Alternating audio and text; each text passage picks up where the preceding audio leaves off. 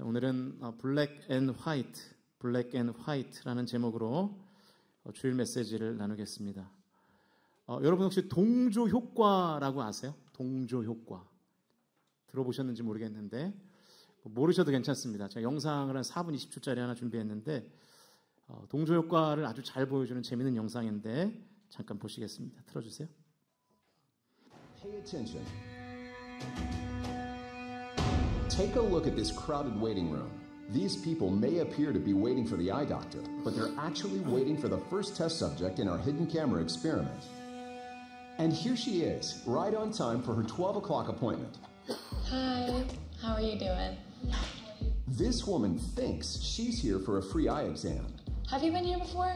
No, it's my first time. What she doesn't know is that everyone else in this room is working for us. They'll be with you in just a couple minutes. Today we're running an experiment on social conformity, and the test starts now.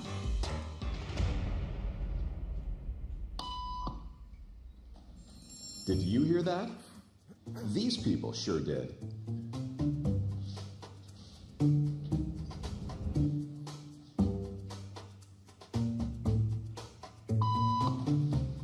It doesn't take long for our test subject to notice a pattern. Beep means stand up. But why? And if you were in her shoes, what would you do the next time the tone sounds? While you might think you make your decisions all on your own, when it comes to peer pressure, all too often, your brain is just following the crowd. Simply because everyone else is. You might be thinking you'd never go along with this. Or would you?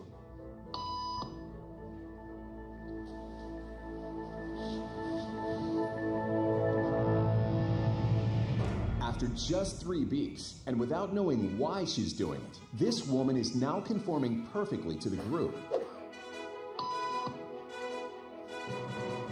But what happens if we take the group away? Elaine, please.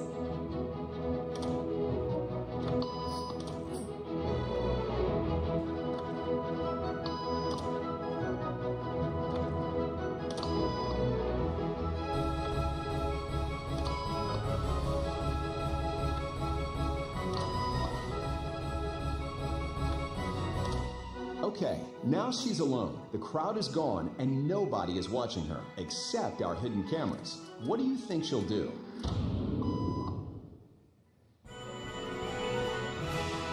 She's now conforming to the rules of the group without them even being there. Now, watch what happens when we introduce another outsider who doesn't know the rules. Have a seat and they'll be out in just a couple minutes. Thanks so much.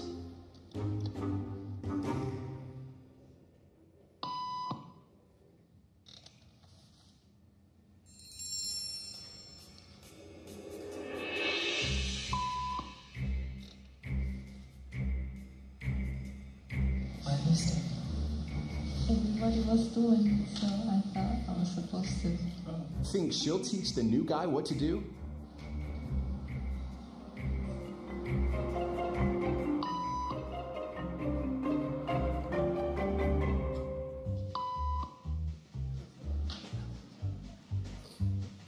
We kept the cameras rolling as more unsuspecting patients arrived.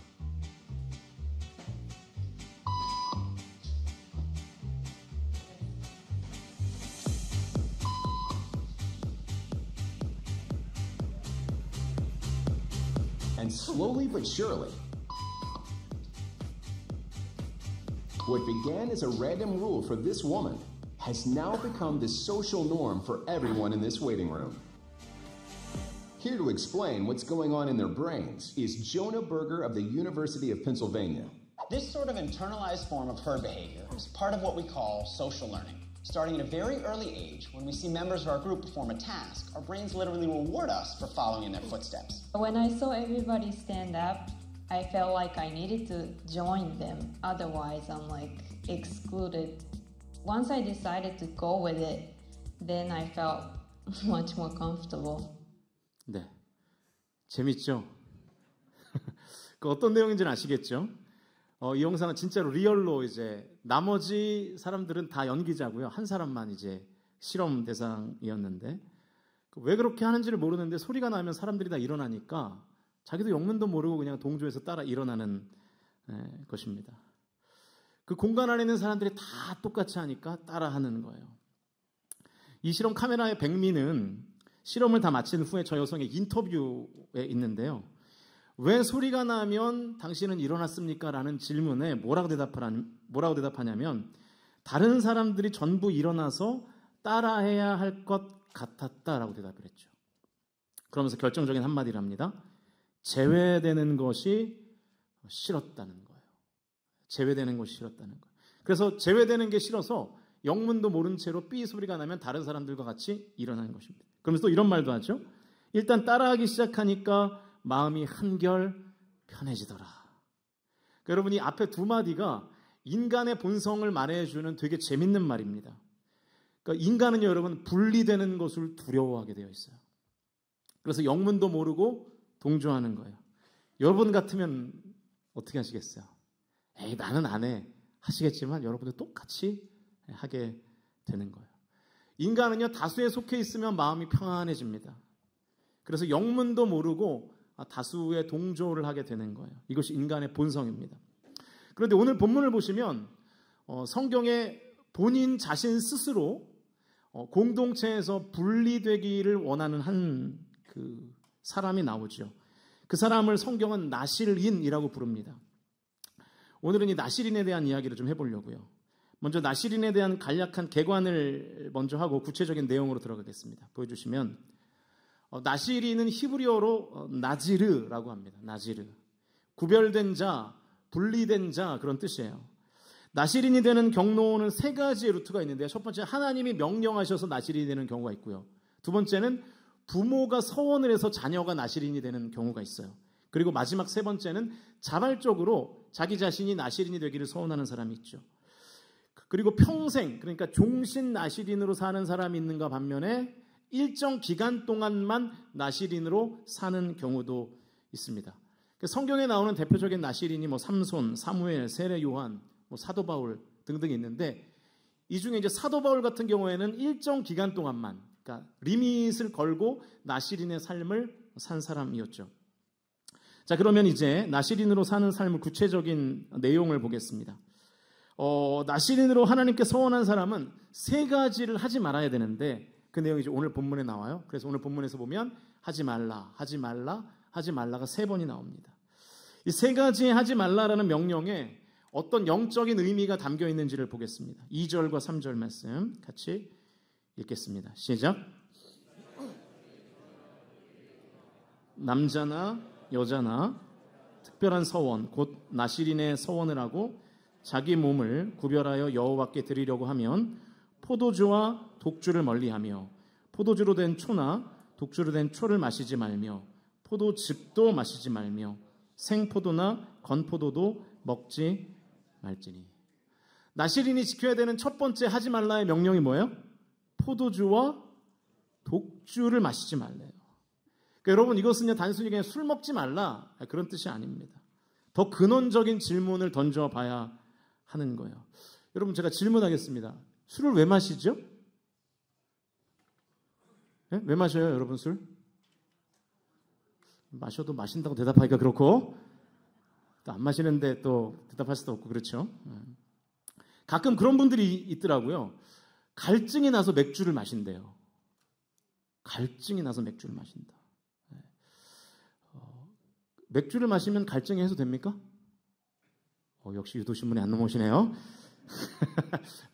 네, 역시 신앙생활 원투데이 하는 것도 아니고 이 갈증이 나서 맥주를 마시는 성도들이 혹시 계신다면 제가 잘 모르는 것 같아서 아주 좋은 제품을 하나 소개해 드리려고요.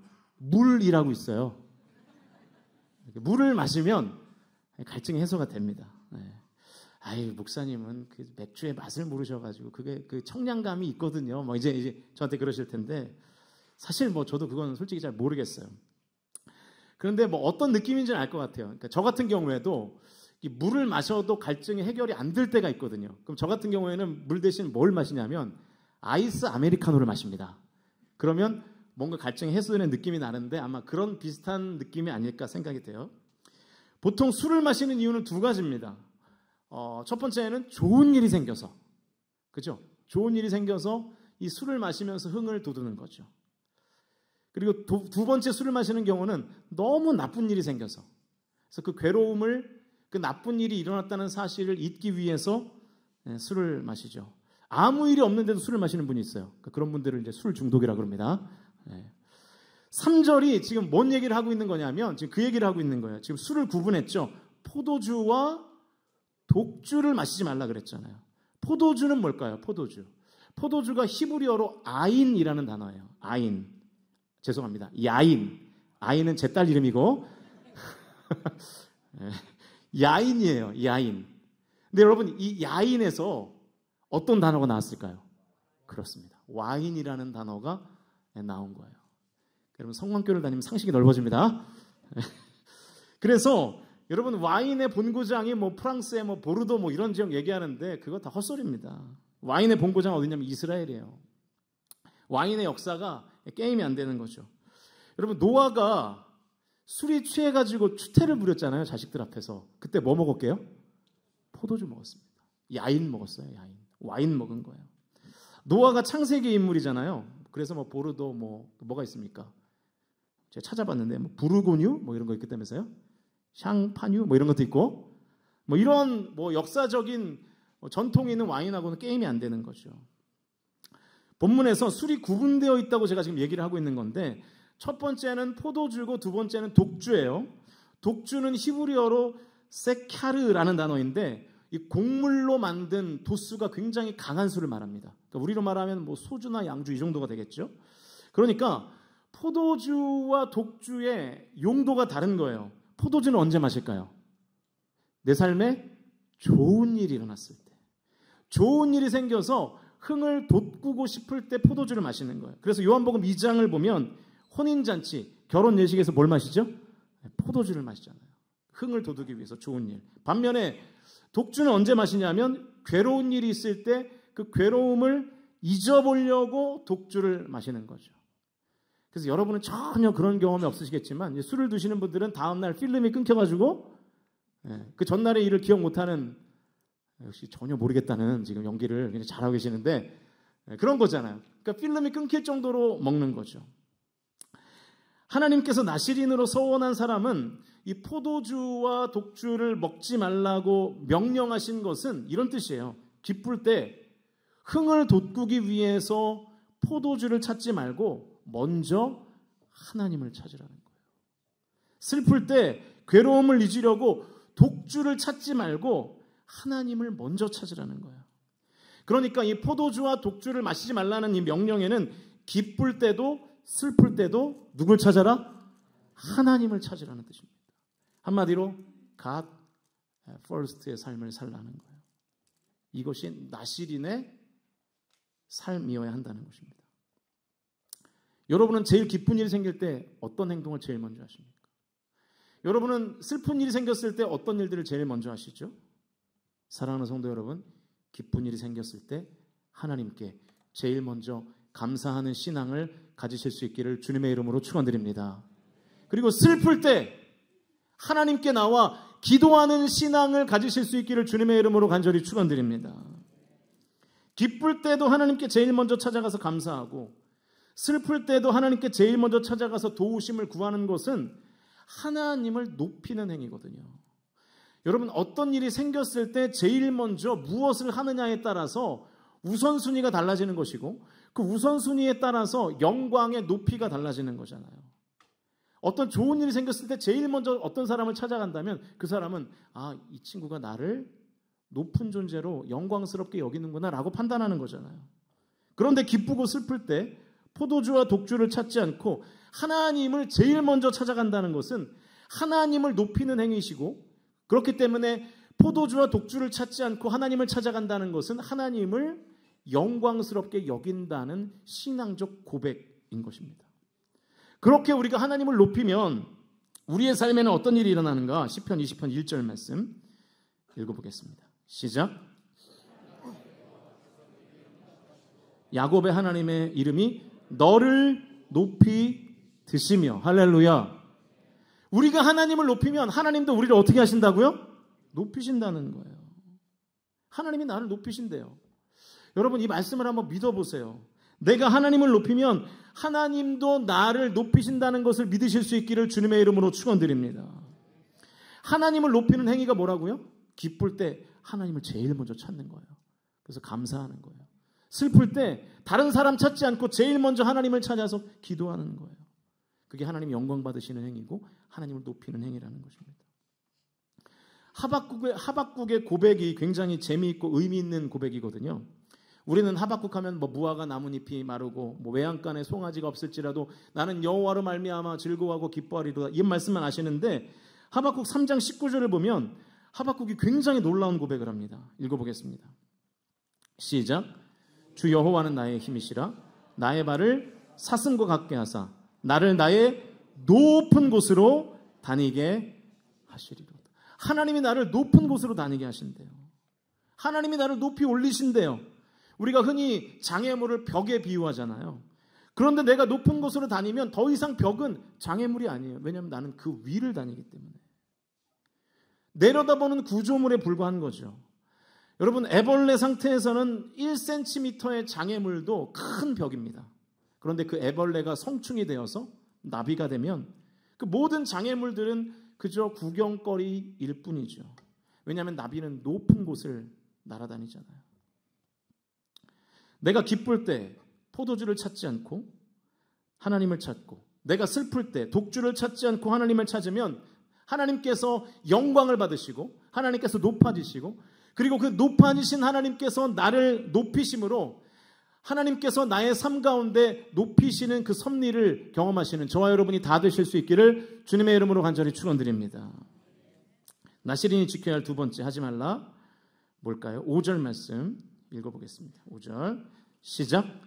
그 서원을 하고 구별하는 모든 날 동안은 삭도를 절대로 그의 머리에 대지 말 것이라.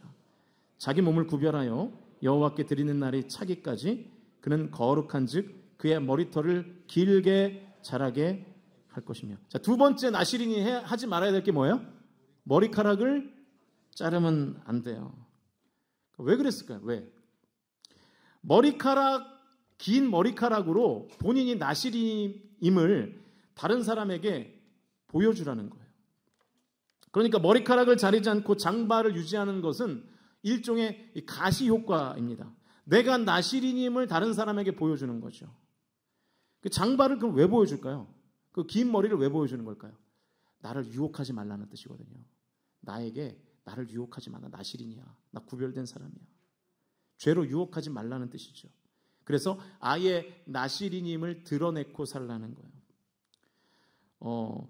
그 동서양 모두에 이 유부남을 드러내는 장치들이 있잖아요. 서양에는 이 부토니에르라는 장치가 있습니다. 뭔지 아시는지 모르겠는데 그 남자들이 정장을 입으면 항상 여기에 제 정장에도 여기가 있는데 여기에 이렇게 무언가를 단추를 낄 수 있는 구멍 같은 게 있어요. 근데 사실 여기 단추가 없거든요. 그러니까 이 역할이 뭐냐는 거예요. 이게 뭐냐면 이제 신부가 부케를 받잖아요. 그럼 그 부케의 꽃 중에 하나를 뽑아서 여기에 이 구멍에 꽂습니다. 신랑의 이 양복에 꽂는 거예요. 그럼 그게 무슨 뜻이죠? 유부남이라는 뜻이 되는 거죠. 저도 한때는 정장 입을 때 이게 많이 했는데 이제는 애 둘 키우니까 귀찮아서 못 하겠어요. 그래서 이제 잘 안 하는데 이 조선 시대에는 남자가 상투를 트는 것이 무슨 뜻이었어요? 유부남이라는 뜻이었고 여성은요 비녀를 꽂아서 내가 결혼한 여자임을 드러내는 거죠. 요즘은 결혼했다는 것을 어떻게 표시하죠? 그죠, 반지로 표시하죠. 왼손의 네 번째 손가락에 반지를 끼고 있는 거죠. 저도 지금 반지를 끼고 있습니다. 여러분 저 유부남입니다. 혹시라도 오해하실까봐 죄송합니다. 한심하다는 듯이 쳐다보시네요. 저는 반지를 아예 안 빼요. 씻을 때도 끼고요. 잘 때도 그냥 끼고 잡니다. 사실대로 말하면 안 빼는 게 아니라 못 빼요. 아니 뭐 아내가 못 빼게 하는 게 아니라 빠지질 않아요. 이게 결혼할 때 제 아내가 그 찾은 금은방에서 이 반지를 맞춘 건데 일부러 사이즈를 안 빠지게 맞춘 것 같아요. 그래가지고 이게 잘 안 빠집니다. 혹시라도 제가 이제 무부남 행세를 할까봐 그런 것 같은데 제가 어느 날 보니까 또 자기는 또 빼고 살더라고요. 그래서 이게 뭔가 싶긴 한데 또 제가 나시린인 경험을 매일 하고 있는 게 있는데 저는 우남 빌라의 나시린입니다. 무슨 얘기냐면 우남 빌라에 사는 모든 그 빌라 주민들은 우남 빌라 603호에 성광교회 담임 목사가 산다는 걸 다 알고 있어요. 네. 그래서 솔직히 약간 좀 불편해요. 어떤 때는 좀 그냥 반바지에 반팔 입고 좀 내려가고 싶고 막 그런데 그 행여나 뭔가 좀 이렇게 안 좋아 보일까 봐 옷차림도 좀 신경이 쓰게 되고 말도 좀 주의하게 되고 그렇거든요. 근데 여러분 사실은 이 불편함이 나를 지켜주는 거죠. 사실 어떨 때는 약간 불의를 바로잡고 싶어질 때가 있어요. 제가 좀 성격이 까칠하니까 바른 말을 하고 싶을 때가 있거든요. 그런데 이제 현관을 드나들 때마다 603호 성광교회 담임 목사집 이거 이제 인식이 있으니까 못하는 거예요. 그래서 그냥 넘어가고 뭐 그러는데 왜냐하면 이 성광교회 담임 목사가 뭐 조그만 거 가지고 뭐 지적하고 그랬다 그러면 혹시 이게 복음 전파에 방해가 될까봐 우리 교회 등록하고 싶은데 저 때문에 제 이미지 때문에 등록을 안 하게 될까봐 그래서 이제 자제하게 되고 절제하게 되는 거죠. 여러분이 믿지 않는 사람들과 있을 때 성도인 게 티가 나십니까? 티가 나야 돼요. 내가 교회 다닌다고 내 입으로 말하지 않으면 내가 교회 다니는 것을 절대로 모르는 삶을 살면 안 됩니다. 그래서 어떤 분들은 막 그러죠. 너 교회 다녔어? 굉장히 치욕스러운 말이에요, 여러분. 내가 교회 다니는 것이 나의 언어 생활에 다 나의 삶에 다 드러나야 되거든요. 차인표라는 배우가 있잖아요. 여러분 차인표라는 배우가 솔직히 연기를 그렇게 막 이렇게 막 잘하진 않죠. 막 소름 돋게 막 잘하진 않잖아요. 뭐 최민식이나 뭐 송강호처럼 그렇게 잘하진 않잖아요. 근데 예전에 힐링 캠프에 이 차인표 씨가 나온 적이 있어요. 그때 이경규 씨가 이 차인표 배우에게 날카로운 질문을 하는 거예요. 아니 차인표 씨 배우가 연기로 칭찬을 받아야지 기부로 칭찬을 받으면 됩니까? 그랬더니 이 차인표 배우가 맞받아치기를 개그맨이 개그로 칭찬을 받아야지 라면으로 칭찬을 들으면 됩니까? 그러더라고요. 이경규 씨가 당시에 뭐 꼬꼬면 이런 걸로 이제 돈도 많이 벌고 막 그럴 때였는데 그러면서 차인표 씨가 이렇게 말하는 거예요.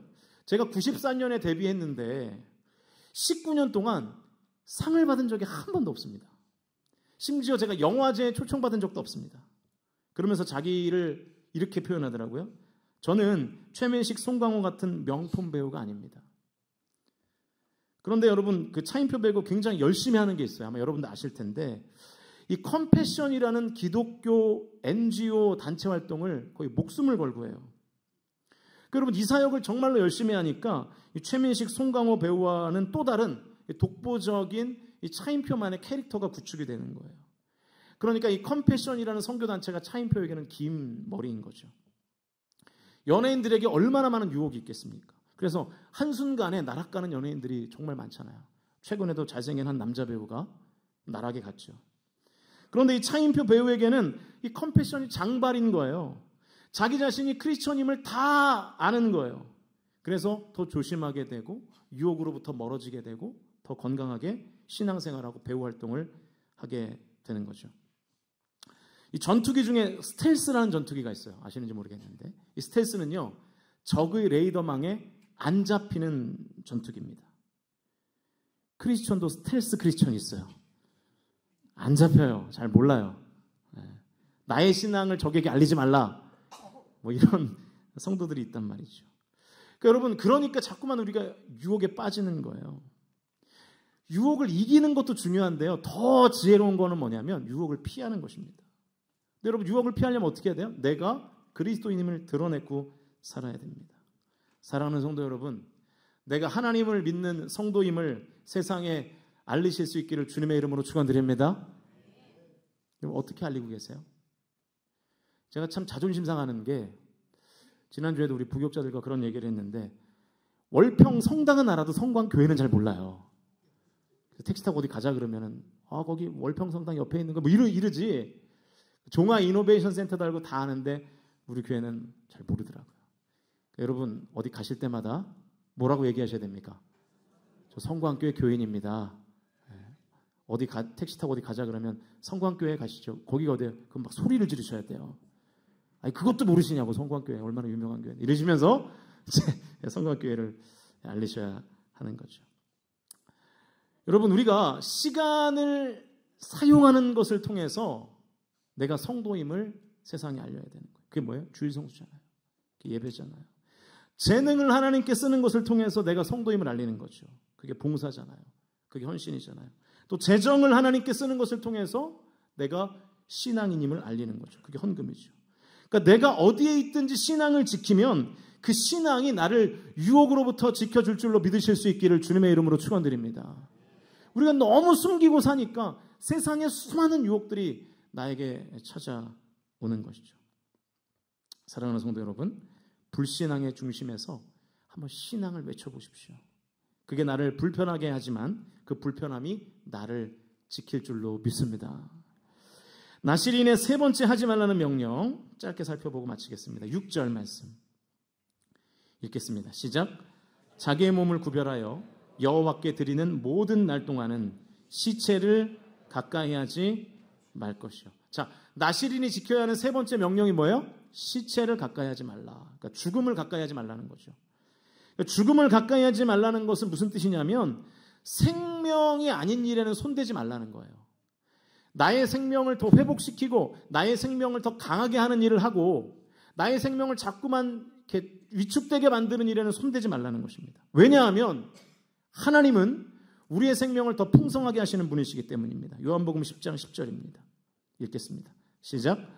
도둑이 오는 것은 도둑질하고 죽이고 멸망시키려는 것뿐이요 내가 온 것은 양으로 생명을 얻게 하고 더 풍성히 얻게 하려는 것이라. 할렐루야.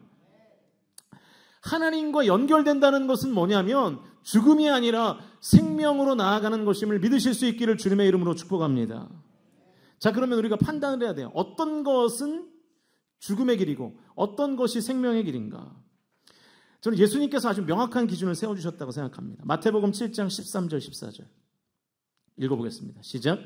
좁은 문으로 들어가라. 멸망으로 인도하는 문은 크고 그 길이 넓어 그리로 들어가는 자가 많고 생명으로 인도하는 문은 좁고 길이 협착하여 찾는 자가 적음이라. 그러니까 여러분 이것을 단순화시켜서 메시지화하면 죽음으로 인도하는 문은요 시작이 좋아요.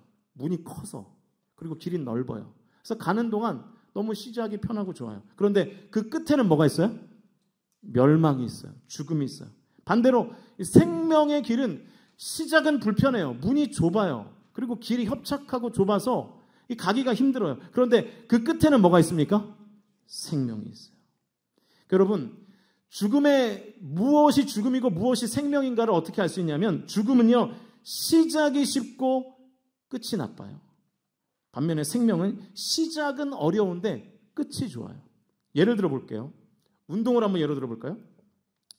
여러분, 운동을 하면 건강이 좋아집니까? 나빠집니까? 좋아지죠. 그런데 운동은 시작하기가 쉬워요? 어려워요? 어려워요.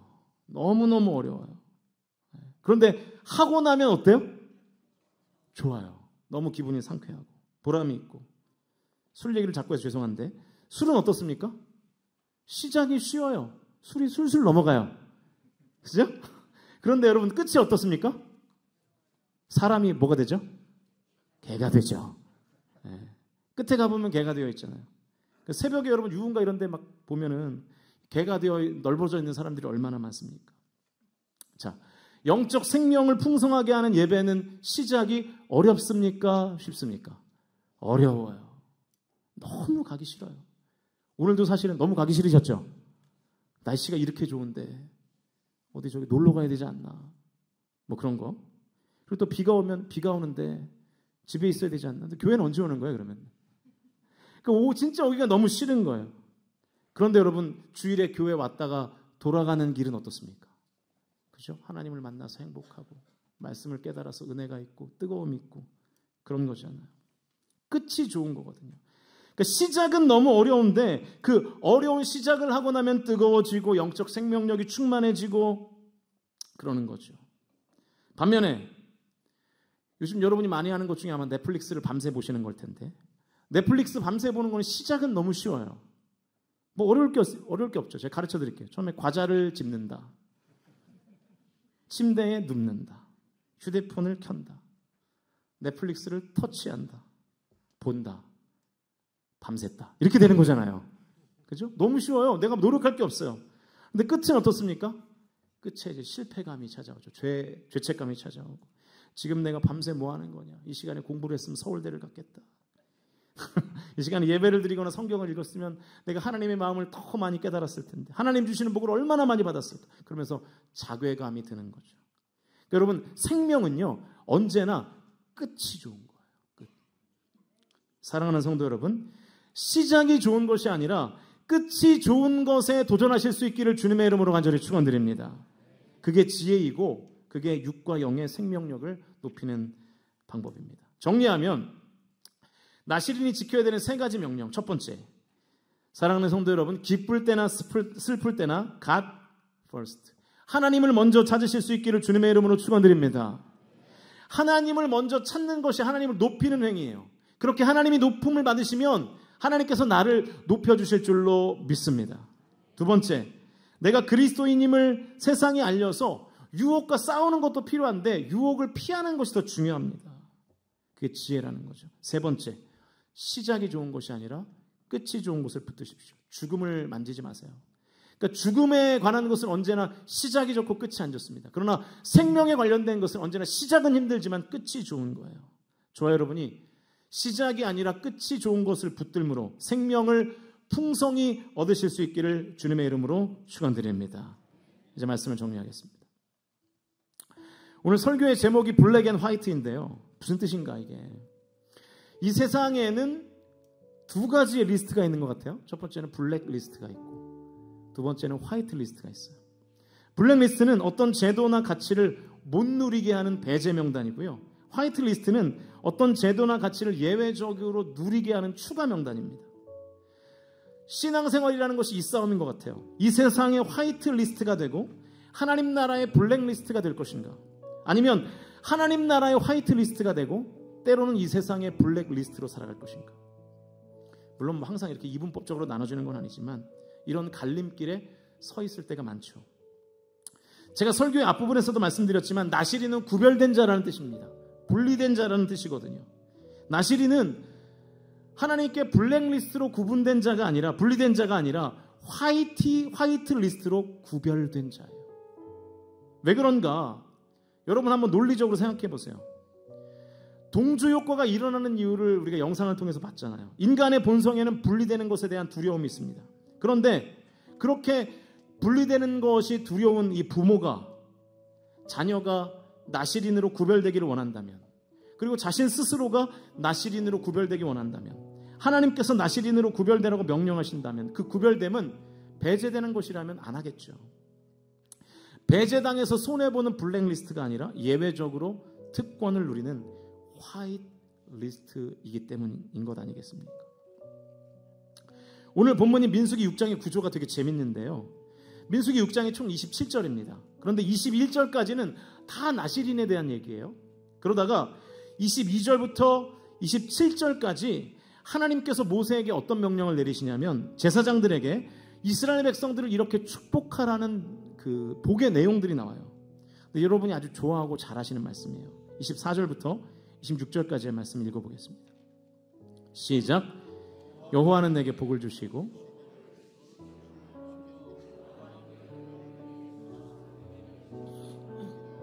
여호와는 그의 얼굴을 내게로 향하여 드사 평강 주시기를 원하노라 할지니라 하라. 아멘. 이 복이 오늘 저와 여러분의 삶 가운데 임하기를 주님의 이름으로 축복합니다. 근데 여러분, 이 복이요 나시린을 언급한 직후에 나온다는 거예요. 그리고 6장은 그렇게 끝나버려요. 그러니까 민수기 6장의 구조에 이런 메시지가 있는 거죠. 나시린으로 화이트 리스트로 구분이 되면 이 나시린이 받는 복이 바로 24절, 25절, 26절이라는 거예요. 바꿔 말하면 24절, 25절, 26절의 복을 받는 화이트 리스트가 누구라는 거예요? 나시린이라는 거예요.